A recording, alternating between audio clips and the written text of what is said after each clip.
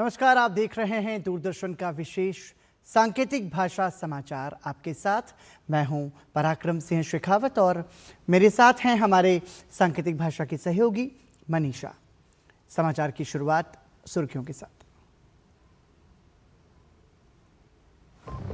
अब से कुछ ही देर में बिहार में 6 नवंबर को 121 विधानसभा सीटों के लिए थम जाएगा चुनाव प्रचार।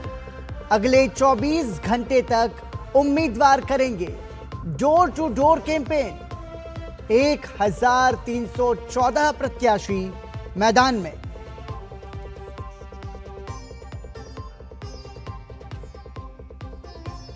पहले चरण के प्रचार के अंतिम दिन दिग्गजों की धुआंधार रैलियां। अमित शाह, राजनाथ सिंह, जेपी नड्डा, योगी आदित्यनाथ समेत एनडीए नेताओं का जीत का दावा।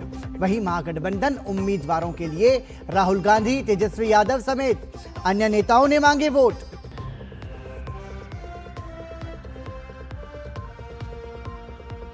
आज से शुरू हुआ एसआईआर का दूसरा चरण।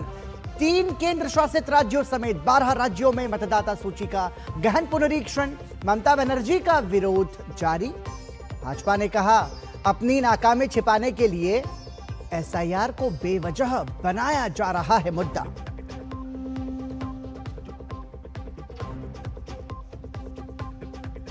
भारत और इजरायल के विदेश मंत्रियों के बीच नई दिल्ली में प्रतिनिधिमंडल स्तर की वार्ता। द्विपक्षीय संबंधों की मजबूती पर जोर। आतंकवाद के खिलाफ दिखाई एकजुटता। एस जयशंकर ने गाजा शांति योजना का किया स्वागत। कहा, स्थायी शांति का मार्ग होगा प्रशस्त।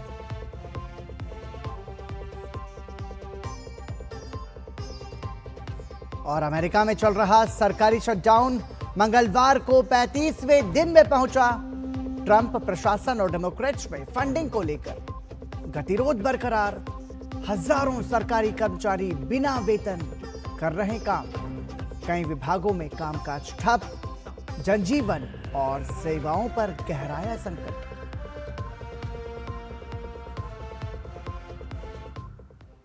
और सुर्खियों के बाद आइए अब खबरों पर नजर डालते हैं विस्तार से। बिहार विधानसभा चुनाव 2025 के पहले चरण के तहत 6 नवंबर को वोट डाले जाएंगे। ऐसे में पहले चरण के लिए अब से कुछ ही देर में चुनाव प्रचार का शोर थम जाएगा। इसके बाद प्रत्याशी और उनके समर्थक डोर टू डोर कैंपेन करेंगे और बूथ मैनेजमेंट में जुट जाएंगे। इस चरण में 18 जिलों की 121 सीटों पर वोट डाले जाएंगे। इनमें मिथिलांचल, कोसी और मुंगेर डिवीजन की कई ऐसी सीटें हैं जिन पर इस बार लोगों की नजर बनी हुई है। 2020 के विधानसभा चुनाव में इन तीनों क्षेत्र में एनडीए का पलड़ा भारी था। मतदान को लेकर प्रशासन की पूरी तैयारियां हैं। इस बार के चुनाव अभियान में नौकरी, पलायन, बिहारी अस्मिता जैसे मुद्दे सभी पार्टियों के लिए प्रमुख मुद्दे बन चुके हैं और इन्हीं मुद्दों के इर्द गिर्द ये चुनाव घूम रहा है।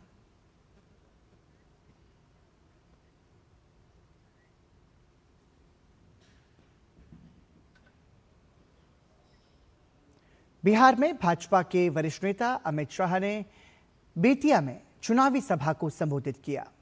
इस दौरान उन्होंने महागठबंधन को आड़े हाथों लेते हुए कहा कि जंगल राज से बचने के लिए लालू और राहुल की पार्टी का सूपड़ा साफ करना जरूरी है।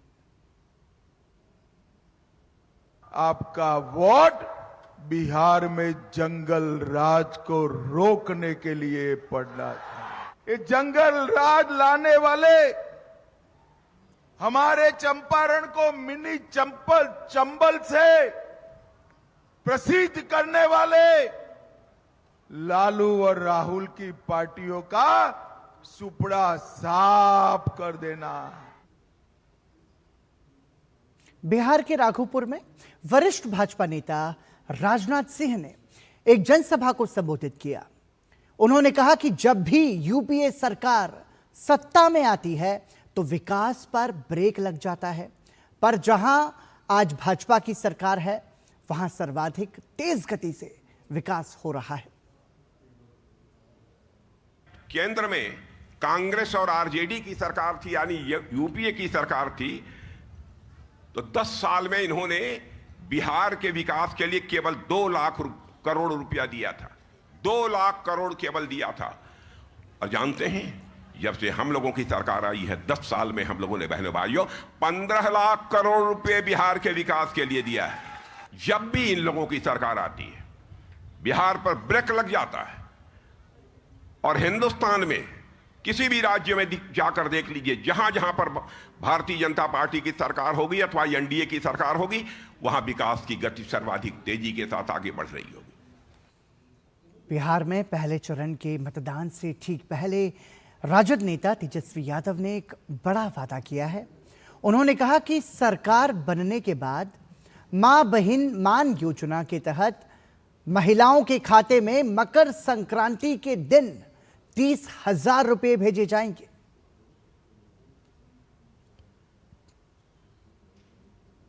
गेहूं का जो है अतिरिक्त 400 रुपए हम लोग देंगे, तो धान और गेहूं का हो गया। साथ ही साथ जो सिंचाई के लिए जो बिजली जो इस्तेमाल करते हैं किसान, वो बिजली जो है मुफ्त हम लोग किसानों को देंगे। और माँ बहन मान योजना के तहत मकर संक्रांति को हमारी सरकार बनते ही 14 जनवरी को 1 साल का यानी 30,000 रुपया डायरेक्ट उनके खाते में हम लोग डालेंगे। बिहार विधानसभा चुनाव के पहले चरण के लिए कांग्रेस नेता राहुल गांधी ने मंगलवार को औरंगाबाद में रैली की। रैली को संबोधित करते हुए राहुल गांधी ने कहा कि अगर बिहार में महागठबंधन की सरकार बनती है तो हम शिक्षा पर फोकस करेंगे। उन्होंने कहा कि दुनिया की सबसे बेहतरीन यूनिवर्सिटी नालंदा में होगी। आपको शिक्षा की जरूरत है। महागठबंधन शिक्षा पे फोकस करेगी। स्कूल, कॉलेज, यूनिवर्सिटी, एक बार फिर यहां पे सरकारी स्कूल, सरकारी कॉलेज, सरकारी यूनिवर्सिटी चालू करने का काम करेगी। और मैं आपको एक वायदा कर रहा हूं, 100% मैं आपको बता रहा हूं, जिस दिन इंडिया गठबंधन की सरकार दिल्ली में आई, उस दिन एक बार फिर दुनिया की सबसे बेहतरीन यूनिवर्सिटी नालंदा में होगी। बिहार विधानसभा चुनाव में प्रचार करने भोजपुर जनसुराज पार्टी संस्थापक प्रशांत किशोर ने तेजस्वी यादव की घोषणाओं पर तंज कसते हुए कहा कि तेजस्वी यादव चुनाव हारने वाले हैं। उन्हें सोचना चाहिए कि वो रिटायरमेंट के बाद अपने लिए क्या करेंगे। यादव पोस्ट रिटायरमेंट अपने लिए क्या करेंगे ये बता दें। अब चुनाव हार रहे हैं, कुछ भी बोल रहे हैं। पहले 2,500 रुपया देंगे, फिर नौकरी देंगे, अब 30,000 रुपया देंगे। बिल्कुल आश्वस्त हो गए, उनको कुछ नहीं बनना है, इसीलिए सब बेकार की बात कर रहे हैं। और बुलेटिन में फिलहाल रुक रहे हैं एक ब्रेक के लिए। आप देखते रहिए TV news.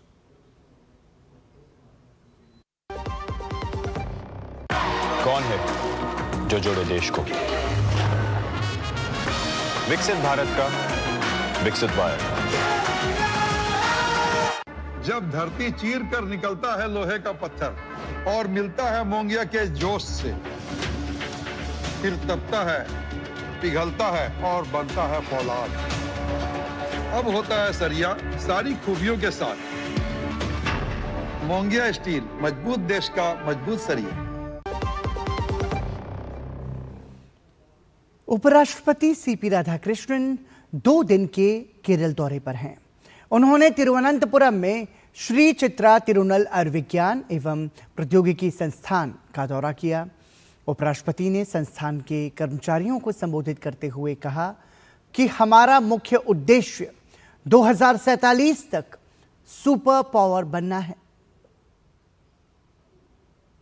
We all know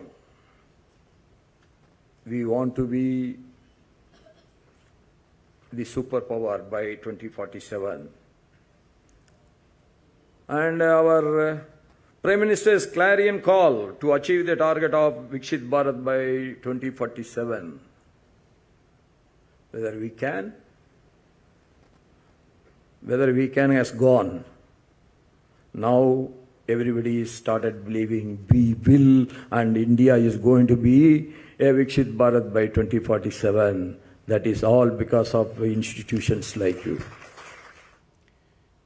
इसके साथ ही उपराष्ट्रपति सीपी राधाकृष्णन ने Achyut Menon centre for health science studies द्वारा आयोजित एक विशेष प्रदर्शनी का उद्घाटन किया। ये प्रदर्शनी Shri Chitra Tirunal institute for medical sciences and technology और विभिन्न स्टार्टअप्स कंपनियों द्वारा विकसित चिकित्सा उपकरणों पर आधारित है। लखनऊ में विशेष गहन पुनरीक्षण का कार्य प्रारंभ हो गया है। इस प्रक्रिया के अंतर्गत बूथ लेवल अधिकारी घर घर जाकर मतदाता सूची में शामिल मतदाताओं को गणना प्रपत्र उपलब्ध करा रहे हैं। बीएलओ प्रत्येक मतदाता को गणना प्रपत्र की 2 प्रतियां देंगे तथा फॉर्म भरने में मदद करेंगे। इसके साथ ही वो मतदाताओं द्वारा भरे गए गणना प्रपत्रों को एकत्रित भी करेंगे। इस प्रक्रिया का उद्देश्य मतदाता सूची को शुद्ध और पारदर्शी बनाना है, जिसमें फर्जी, डुप्लीकेट और मृतक मतदाताओं को हटाया जाएगा और नए पात्र मतदाताओं को जोड़ा जाएगा। इस्पात मंत्रालय ने आज विशेष इस्पात के लिए प्रोडक्शन लिंक्ड इंसेंटिव यानी पीएलआई योजना के तीसरे चरण की शुरुआत की है। इस योजना का मकसद देश को उच्च गुणवत्ता वाले इस्पात उत्पादन का वैश्विक केंद्र बनाना है। नई योजना के तहत निवेश बढ़ाने और रोजगार सृजन को भी बढ़ावा मिलने की उम्मीद है। नई दिल्ली के उद्योग भवन में आयोजित कार्यक्रम में इस्पात और भारी उद्योग मंत्री एचडी कुमारस्वामी ने योजना का शुभारंभ किया। इस मौके पर मंत्रालय के वरिष्ठ अधिकारी और इस्पात क्षेत्र से जुड़े कई उद्योग प्रतिनिधि मौजूद रहे। इस दौरान इससे जुड़ा एक पोर्टल भी लॉन्च किया गया। पीएलआई योजना की शुरुआत जुलाई 2021 में हुई थी, जिसके तहत अब तक करीब 43,874 करोड़ रुपए का निवेश प्रस्तावित हुआ है। इनमें से 22,973 करोड़ का निवेश पहले ही हो चुका है और 13,000 से अधिक लोगों को रोजगार मिला है। योजना के तीसरे चरण यानी पीएलआई 1.2 के तहत 22 उपश्रेणियों को शामिल किया गया, जिनमें super alloy, CRGO, stainless steel, titanium alloy और कोटेड स्टील जैसे उत्पाद शामिल हैं। इस योजना के जरिए अगले 5 वर्षों तक 4 से 15% तक की प्रोत्साहन राशि दी जाएगी। सरकार का कहना है कि इससे न केवल निवेश बढ़ेगा बल्कि देश में आयात पर निर्भरता कम होगी। A visionary initiative of the Government of India under the dynamic leadership of Honorable Prime Minister Narendra Modi ji. This scheme stands as a shining pillar of the Atmanirbhar Bharat Abhiyan, a mission to make India self-reliant, globally competitive and technologically advanced in every sphere of industrial production. PLI scheme for specialty steel was approved by the Cabinet in July 2021. It marked a historic turning point for India's steel sector. प्रधानमंत्री नरेंद्र मोदी ने आज केंद्रीय मंत्री भूपेंद्र यादव द्वारा लिखे गए लेख को साझा किया। लेख में बताया गया कि किस प्रकार भारत का मिशन लाइफ पर्यावरण के लिए जीवन शैली, तमिलनाडु की एरी टैंक प्रणालियों से लेकर राजस्थान के जोहड़ों तक समय सम्मानित संरक्षण तौर तरीकों को पुनर्जीवित कर रहा है और साथ ही उन्हें पृथ्वी की सेवा के सचेत कार्यों के रूप में पुनः परिभाषित कर रहा है। एक सोशल मीडिया पोस्ट पे प्रधानमंत्री ने भारत के इस संदेश पर भी प्रकाश डाला कि वास्तविक स्थिरता बातचीत से नहीं बल्कि पोषण से शुरू होती है। केंद्रीय मंत्री द्वारा एक्स पर पोस्ट किए गए एक पोस्ट पर प्रतिक्रिया देते हुए प्रधानमंत्री ने लिखा कि भूपेंद्र यादव बताते हैं कि भारत का मिशन लाइफ पर्यावरण के लिए जीवन शैली, तमिलनाडु की एरी टैंक प्रणालियों से लेकर राजस्थान के जोहड़ों तक समय सम्मानित संरक्षण तौर तरीकों को पुनर्जीवित करता है तथा उन्हें पृथ्वी की सेवा के सचेत कार्यों के रूप में पुनः परिभाषित करता है। उन्होंने भारत के इस संदेश पर प्रकाश डाला कि वास्तविक स्थायित्व बातचीत से नहीं बल्कि पोषण से शुरू होता है। विदेश मंत्री डॉक्टर एस जयशंकर ने इजरायल के विदेश मंत्री गिदोन सार से मुलाकात की। भारत और इजरायल के विदेश मंत्रियों के बीच प्रतिनिधिमंडल स्तर की वार्ता के दौरान दोनों पक्षों ने द्विपक्षीय संबंधों की मजबूती पर जोर दिया। दोनों विदेश मंत्रियों की अध्यक्षता में हो रही बैठक के पहले अपने वक्तव्य में विदेश मंत्री डॉक्टर एस जयशंकर ने कहा कि द्विपक्षीय वार्ता में आतंकवाद, क्षेत्रीय सुरक्षा और भारतीय कामगारों का मुद्दा महत्वपूर्ण है। उन्होंने कहा कि दोनों देशों के सामने आतंकवाद एक साझा चुनौती है और इसके प्रति जीरो टॉलरेंस की वैश्विक नीति अपनाना आवश्यक है। We have stood together in testing times and we have created a relationship with a very high degree of trust and of reliability. Our two nations face a particular challenge from terrorism.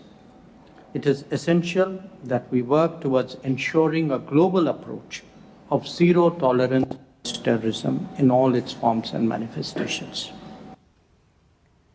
विदेश मंत्री doctor S Jaishankar ने कहा कि Gaza संघर्ष जो है वो भारत की शांति योजना का समर्थन करता है और उम्मीद करता है कि ये एक स्थायी समाधान की दिशा में रास्ता प्रशस्त करेगा। उन्होंने इजरायल में बंधकों की वापसी और संघर्ष में जान गंवाने वालों के अवशेषों की वापसी का भी स्वागत किया। India supports the Gaza peace plan and hopes that it paves the way for a durable and lasting solution. Excellency, your visit allows us to review our bilateral cooperation and assess the possibilities for further deepening it. The recent conclusion of our bilateral investment agreement is a notable step in that direction. वहीं Israel के विदेश मंत्री गिदोन सार ने प्रधानमंत्री नरेंद्र मोदी के Israel के प्रति समर्थन की सराहना करते हुए कहा कि हमें याद है कि 7 अक्टूबर को हमास के नरसंहार के बाद प्रधानमंत्री नेतन्याहू को फोन करने वाले वो पहले वैश्विक नेता थे जिसे हम नहीं भूलेंगे। We appreciate Prime Minister Modi's strong solidarity. We remember that he was the first world leader to call Prime Minister Netanyahu after Hamas October 7 massacre, and we won't forget it. Karnataka के बेलगावी में गन्ने का समर्थन मूल्य निर्धारित करने की मांग को लेकर किसानों का प्रदर्शन जारी है। कर्नाटक सरकार के खिलाफ किसानों ने हाईवे पर जाम लगाकर प्रदर्शन किया। किसानों के आंदोलन का समर्थन करते हुए अथणी कस्बे को बंद कर दिया गया। बता दें कि किसान प्रति टन गन्ने के लिए 3,500 रुपये मूल्य देने की मांग कर रहे हैं। किसान की मांगों का भाजपा भी समर्थन कर रही है। सोशल और ई स्पोर्ट्स गेम की आड़ में चल रहे सट्टेबाजी ऐप पर प्रतिबंध लगाने को लेकर दायर याचिका पर सुप्रीम कोर्ट ने केंद्र सरकार को नोटिस जारी किया है। याचिकाकर्ता का कहना है कि अभी 2000 से ज्यादा सट्टेबाजी के ऐप ऑपरेट हो रहे हैं। बड़ी संख्या में युवा उनके चुंगल में फंसकर अपनी पूंजी गंवा रहे हैं, इसलिए सरकार को इस बारे में तुरंत कार्रवाई करनी चाहिए। एनजीओ की ओर से दायर याचिका में मांग की गई कि कोर्ट सरकार को निर्देश दे कि वो आईटी एक्ट के सेक्शन 69 के तहत सभी सट्टेबाजी ऐप को ब्लॉक करने के लिए आदेश जारी करें। कोर्ट, आरबीआई, एनपीसीआई और दूसरे यूपीआई प्लेटफॉर्म को निर्देश दे कि देश में रजिस्टर्ड नहीं हुए ऑनलाइन मनी गेम से जुड़े ट्रांजैक्शन की वो अनुमति ना दे। छत्तीसगढ़ के सुकमा जिले में सुरक्षा बलों को माओवादियों के खिलाफ बड़ी सफलता मिली है। जिला रिजर्व गार्ड की टीम ने माओवादियों की एक ऑर्डिनेंस फैक्ट्री को ध्वस्त कर भारी मात्रा में हथियार और गोला बारूद बरामद किए हैं। सूचना मिलने पर डीआरजी ने जंगलों में अभियान चलाकर माओवादियों के ठिकानों से 17 राइफल, 1 रॉकेट लॉन्चर और हथियार बनाने के उपकरण बरामद किए हैं। बताया जा रहा है कि ये ठिकाने माओवादियों के लिए हथियार निर्माण का प्रमुख केंद्र था। सुरक्षा बलों की इस रणनीतिक कार्रवाई को नक्सल प्रभावित इलाकों में माओवादी नेटवर्क के लिए एक बड़ा झटका माना जा रहा है। दिल्ली में आर्मी स्पोर्ट्स कॉन्क्लेव का मंथन सत्र चल रहा है। इस बैठक में आर्मी और खेल जगत के विशेषज्ञों ने अपनी अपनी राय रखी और इस पर विचार विमर्श किया कि कैसे खेलों के स्तर को और अच्छा किया जाए। ओलंपिक खेलों में अपने प्रदर्शन को और अधिक बेहतर बनाने पर इस बैठक का आयोजन किया गया है। विशेषज्ञों का मानना है कि शूटिंग एक ऐसा खेल है जिसमें भारत अच्छा कर सकता है। इस मौके पर Olympic silver medallist captain Vijay Kumar Sharma ने कहा कि शूटिंग में और मेहनत की जरूरत है। कॉमनवेल्थ गेम्स के 2 साल बाद ही ओलंपिक्स आता है और ऑफ कोर्स शूटिंग में इंडिया काफ़ी अच्छा कर रहा है। और प्रीवियस हिस्ट्री भी आप उठा के देखें कि फर्स्ट इंडिविजुअल मेडल 2004 में आया था, फिर 12 में आए, फिर अभी 2020 में आए। तो आप देखें कि शूटिंग में काफ़ी नंबर ऑफ मेडल्स आ रहे हैं। प्लेयर जो यंगस्टर हैं वो काफ़ी अच्छा परफॉर्म कर रहे हैं और एक खिलाड़ी जो है उसके लिए ये काफ़ी बूस्टअप का काम करता है कि जो आगे आने वाले और इंटरनेशनल उसके लिए एक मोटिवेशन के तौर पे काम करता है ताकि वो उससे आगे भी मेहनत करे और आने वाले कंपटीशन में अच्छा परफॉर्म करे। अंतर्राष्ट्रीय क्रिकेट काउंसिल ने आज महिला world cup team of the tournament का ऐलान किया। भारत की ओर से इसमें 3 खिलाड़ियों को जगह मिली है, जिसमें स्मृति मंधाना, दीप्ति शर्मा और जेमिमा रॉड्रिग्स मौजूद हैं।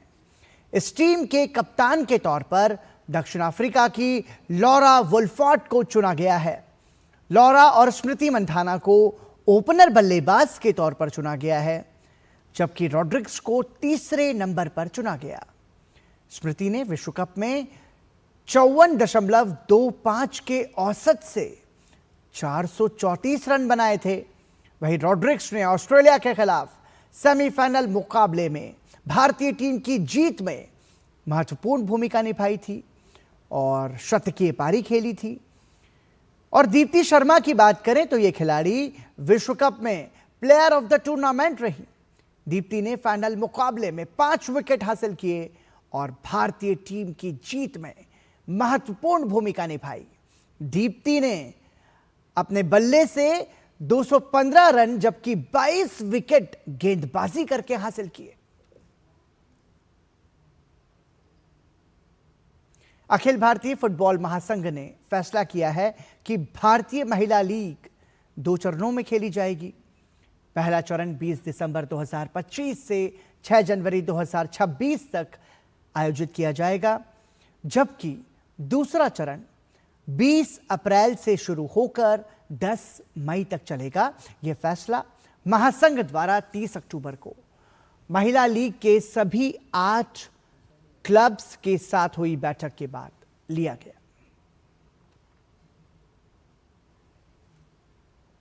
और इसी के साथ ही दूरदर्शन के इस विशेष सांकेतिक भाषा समाचार में अभी के लिए इतना ही। मुझे और हमारी सांकेतिक भाषा की सहयोगी मनीषा को दीजिए अनुमति। नमस्कार।